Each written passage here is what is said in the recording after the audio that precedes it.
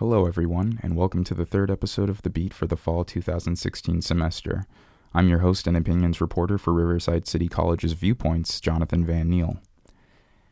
Now, before I get started on what I'm going to express to you today, I would like to just say that the views that I'm going to be representing in this podcast are my own, and in no way, shape, or form reflect Viewpoints' views. And I'm very upset and very shaken and very ashamed of what America has decided to do. The presidential election has concluded, and we've decided that a serial molester, a racist, xenophobic, bigot, egomaniacal, nuke-loving lunatic is now our commander-in-chief. The most unqualified, most vitriolic, most repugnant person that could possibly be elected to the highest office in our nation is now our president. It is the most dissatisfying result that could have possibly occurred, and this election was a referendum on decency, and America decided to vote indecent. And in many ways, this is America. We often forget that our country was built on slavery and was founded on genocide. And quite literally, that is where we have returned. And it is incredibly saddening to realize this. It is incredibly saddening to know that a man that has been proven to be a 70% of the time liar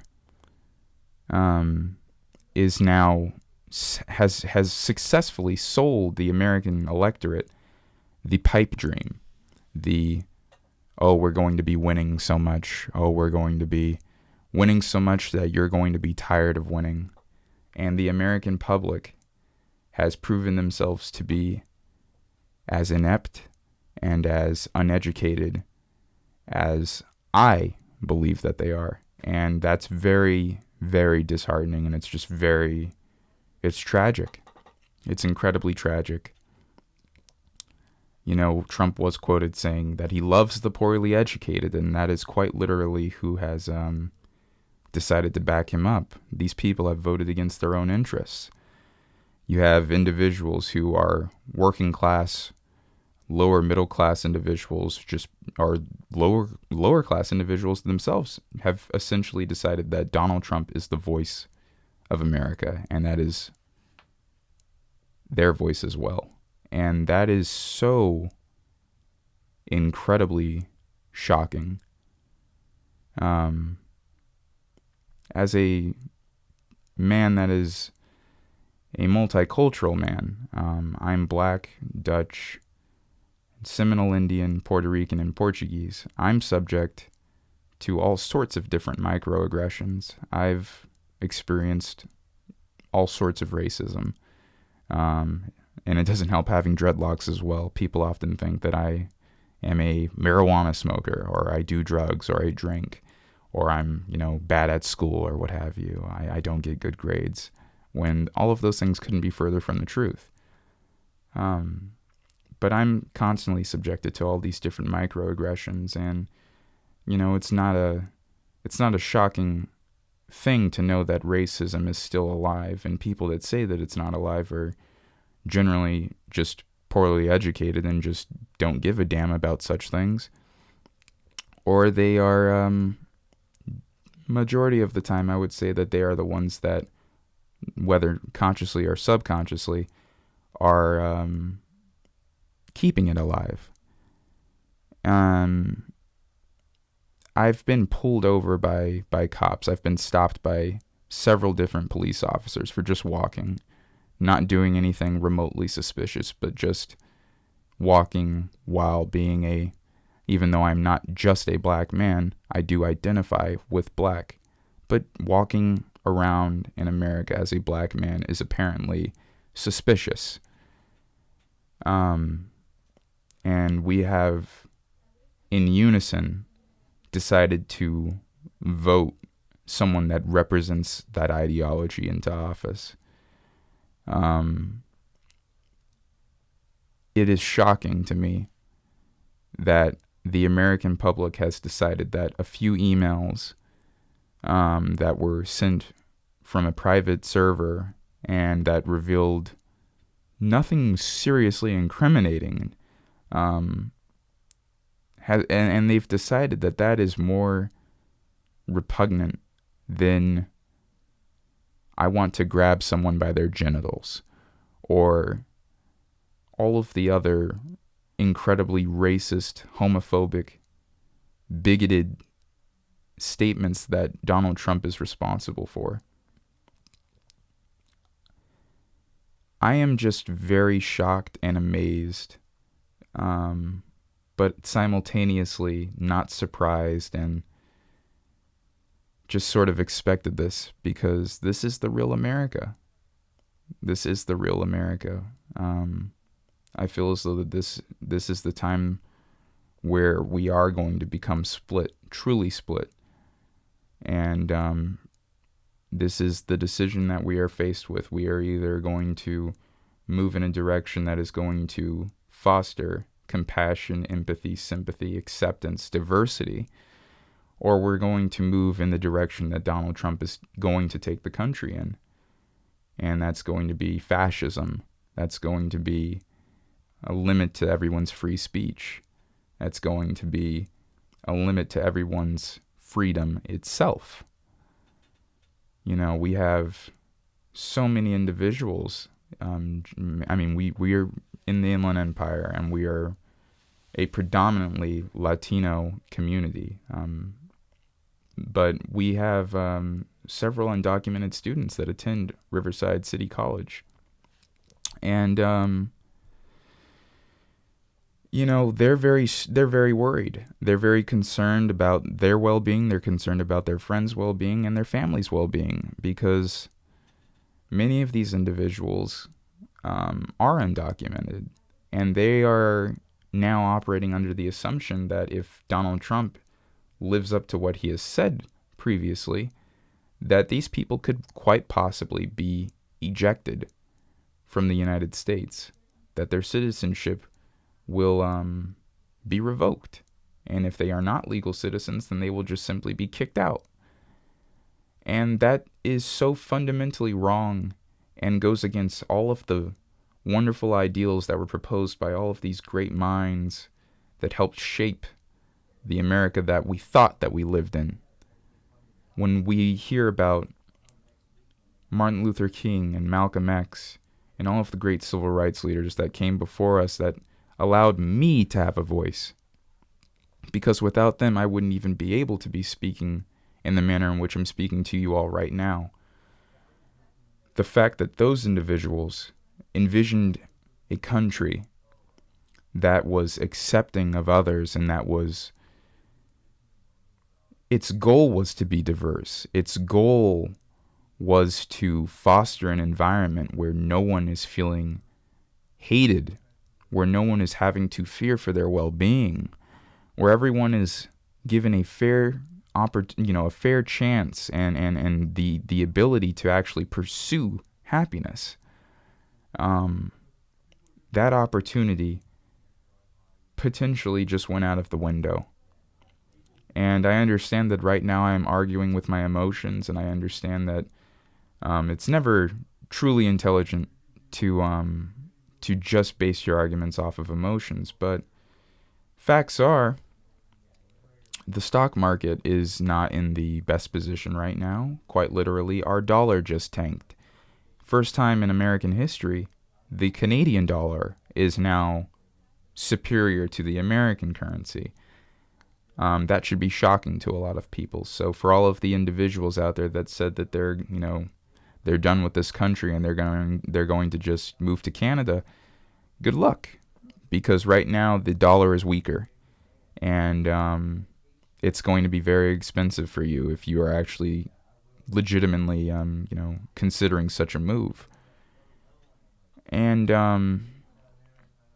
Another thing about the state of our economic policy is that right now the Chinese renminbi, if I'm pronouncing that correctly, is worth 90 cents to our American dollar. The thing how debt works, essentially, if the Chinese currency becomes equivalent to the American dollar, that means that we are no longer able to repay our debt, and that means that we would literally cease to be the United States of America, and we would just become a Chinese territory. So that's the immediate fallout of a Trump presidency. In terms of the many different, government programs that could be potentially suspended during such a presidency, I'm very, very worried about I'm just worried about a lot of different programs, specifically abortion. Right now, we have a government that is quite literally trying to dictate its ideals over what should ultimately be the choice of a person. It's the most intimate decision that a woman can make, whether or not to keep a child. And we've heard incredibly scientifically inaccurate statements on behalf of the right wing, and stating that they're killing babies, and that's not scientifically true. But you have an individual like Trump who does sympathize with those statements, and I'm worried about that. I'm worried for the women out there that are having to face that decision, but not being able to be granted the freedom to make it their, make that decision themselves. That's terrifying to me. Another thing that is incredibly terrifying to me is Pence in his home state of Indiana locked up a woman for 20 years. A woman was sentenced to a 20-year prison sentence for a self-induced abortion. The fact that the healthcare system didn't provide that to her freely, and the fact that she felt as though that's what she needed to do in order to rid herself of that issue, to actually go through with a home-induced abortion, a self-induced abortion, it's terrifying. And the fact that she was penalized for that, when the thing that truly should have been penalized is the American government for not granting a healthcare system that allows women the freedom to actually make that decision themselves and give them the freedom to actually go through with it.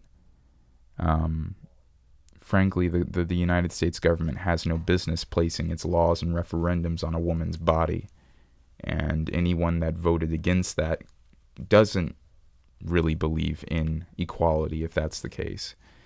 You can say that you care about women's rights, and you can say that you care about your fellow man, but if you're quite literally voting against their best interests as well, then you don't care about them.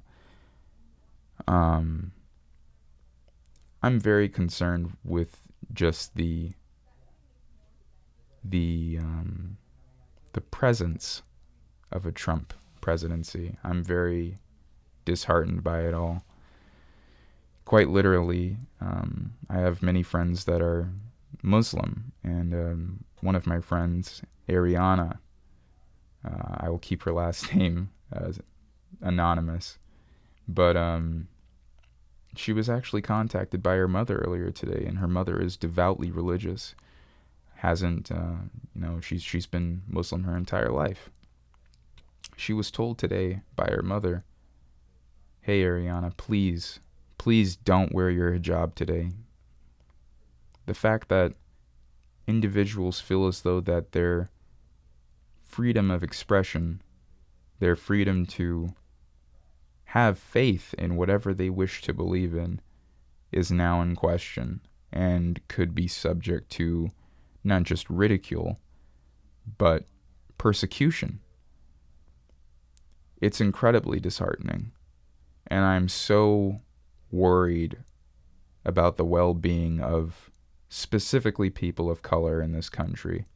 People that would identify as minorities, even though if we were to join together, we would be the majority. But I'm very concerned. I'm very concerned.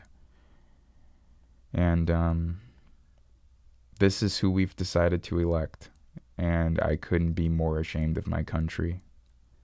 Quite literally, all of the great civil rights leaders that have died so I'm able to have a voice, so everyone on the Viewpoint staff is able to have freedom of expression. They're all rolling in their graves right now. And for us to have a 2-term president, a 2-term black president, to elect the first black man in office, to have that monumental stride, that monumental accomplishment in American history, and to follow that up with nominating and swearing in a Christo-fascist, it's shameful. It's absolutely shameful. I mean, we can blame red states all we want, but there's blame to go all around. There's blame to go all around. Many people ended up writing in Harambe as a candidate, 15,000 people to be exact. We had third and fourth party candidates polling at 8% and 9% in several different state elections. And that's incredibly alarming, considering that this election was quite literally a referendum of decency. And even if you don't agree with Hillary Clinton's positions, even if you don't like her, she wasn't my first choice. I wanted Bernie Sanders, just like majority of Californians, and we didn't get what we wanted, and that's terrible. But it was supposed to be an anti-Trump vote when you realize that voting for a Jill Stein or voting for a Gary Johnson was going to yield you quite literally nothing. It should have been an anti-Trump vote. So when I have, when I see that, I'm incredibly perplexed as to the decision making or lack of decision making, lack of thinking, lack of critical thinking that is required to make that sort of decision. I'm just very, very upset considering that millennials, we are to blame in a lot of this. We voted third party and fourth party at a very high rate. And this is quite literally another Ralph Nader situation. And we've just repeated history. And I don't know where the country is going to be taken. Only thing that any of us can do is just make sure to create an environment where others are feeling accepted others are feeling accepted, and others are feeling as though that their freedoms aren't being infringed upon. And that's all that we can do. But even if we make that sort of an argument and we bargain that internally, we're still going to have to face the consequences of having a government that could quite literally repeal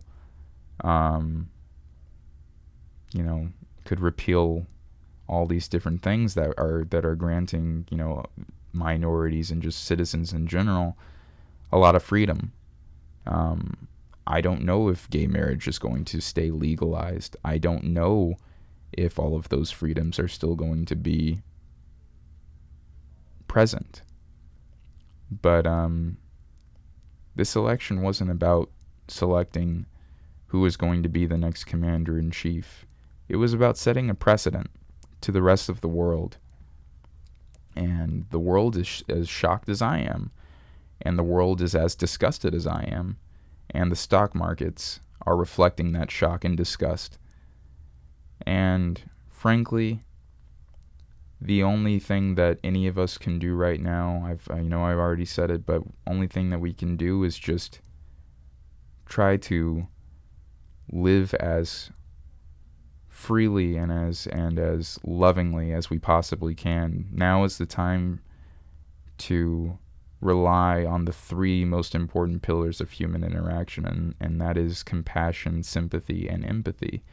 And we need to join together in those things, and we need to not be divided. But it's very difficult when you have a commander-in-chief who has done nothing but divide us throughout his entire presidential campaign, who has done nothing but say absolutely disgusting, deplorable things. I'm just very ashamed to be an American. And that's very saddening to me, considering how much pride I once had in this country, knowing that it came from slavery, and knowing that it came from genocide, and knowing that it came from internment, knowing that it was able to realize that all of those things were wrong, and was able to mature and grow and elect a black president and move forward and create more measures that would not discriminate against minorities, but would actually bring them into the fold and give them the same freedoms that the typical WASP is able to enjoy, white Anglo-Saxon Protestant, for those that don't know that acronym. To see the country return to its roots, to return to its foundation, its rotten foundation, is incredibly saddening. Like I said, only thing that we can do is just, try to create the most positive environment that we possibly can. But at the same time, if you are constructing a house on foundation that is positively rotten, the house is still going to collapse no matter how beautiful it is on the inside. And that's something to think about. It really is. And right now, I'm not trying to instill fear into any of the listeners. I'm not trying to make everyone feel afraid for their freedoms, but there are real consequences to this presidency. And what we should fear right now, most of all, is complacency. Complacency would be the worst, because if we simply accept all of the infringement upon people's freedoms, then that means that we don't value freedom, and we don't value democracy, and we don't value diversity and equality as much as we think. And right now is the time for us to let our voices be heard.